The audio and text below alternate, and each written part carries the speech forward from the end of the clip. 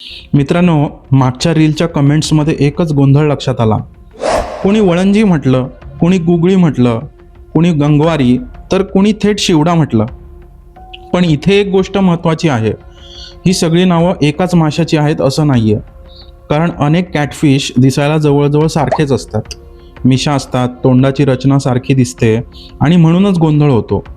पण पापदा आणि शिवडा हे दोन वेगवेगळे मासे आहेत. पापदा म्हणजे ऑम्पॉक पापदा आणि शिवडा म्हणजे वॅलँगो अट्टू. आता हे दोन्ही मासे नीट बघा.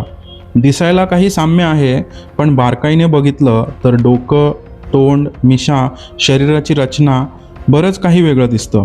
म्हणूनच फक्त नावावरून किंवा वरवर पाहून मासा ओळखणं नेहमीच सोपं नसतं. नावं गावागावाला बदलतात, पण स्पेसीस बदलत नाहीत. पण आता तुमची परीक्षा. हा मासा कोणता आहे ते कमेंटमध्ये ओळखून दाखवा. नाव बरोबर सांगितलं तर मान्य करावं लागेल, तुम्हाला मासे चांगलेच ओळखता येतात.